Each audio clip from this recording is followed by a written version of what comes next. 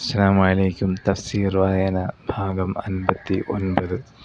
ചുരുക്കി പറഞ്ഞാൽ ഷിർക്ക്, പരലോക നിഷേധം, ഇബ്രാഹിം നബി അലൈഹിസ്സലാമയുടെ മാർഗമനുസരിച്ചാണ് തങ്ങൾ നിലകൊള്ളുന്നതെന്ന വാദം, മുഹമ്മദ് നബി സല്ലല്ലാഹു അലൈഹി വസല്ലമയുടെ പ്രവാചകത്വത്തിൻ്റെ നിഷേധം, ഇങ്ങനെയുള്ള ചില സംഗതികളായിരുന്നു മുശ്രിക്കുകളെ സംബന്ധിച്ച് ഖുർആനിന് പ്രധാനമായി വിമർശിക്കേണ്ടിയിരുന്ന വിഷയങ്ങൾ.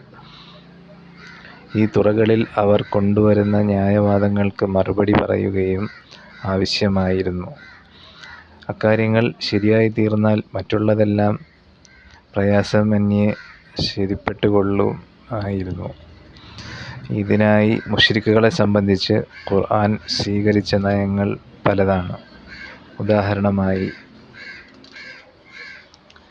പൂർവികന്മാരുടെ അനുകരണവും പരമ്പരാഗതമായ ഊഹാപോഹങ്ങളുമല്ലാതെ ബുദ്ധിപൂർവകമോ വൈദികമോ ദൈവികമോ ആയ യാതൊരു തെളിവും അവർക്കില്ലെന്ന് ഉത്ബോധിപ്പിക്കുക.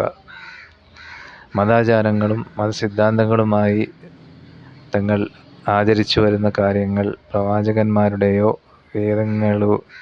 വേദഗ്രന്ഥങ്ങളുടെയോ അധ്യാപനങ്ങളല്ലെന്നും കെട്ടിച്ചമയ്ക്കപ്പെട്ടവ മാത്രമാണെന്നും ഓർമ്മിപ്പിക്കുക.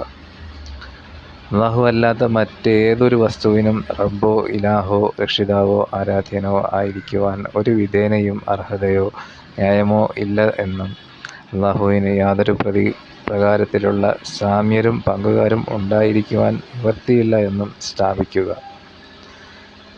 എല്ലാ പ്രവാചകന്മാരും പ്രബോധനം ചെയ്തത് തൗഹീദ് മാത്രമായിരുന്നുവെന്നും അവരെല്ലാം അല്ലാഹുവിൻ്റെ അടിമകളും അടിയാന്മാരുമായിരുന്നുവെന്നും ഉറപ്പിക്കുക. വിഗ്രഹങ്ങൾ ആരാധ്യ വസ്തുക്കളാകുന്നത് പോയിട്ട് സാധാരണ മനുഷ്യരുടെ പദവി പോലും അവയ്ക്കില്ലെന്ന് കാര്യകാരണ സഹിതം ഉണർത്തുക.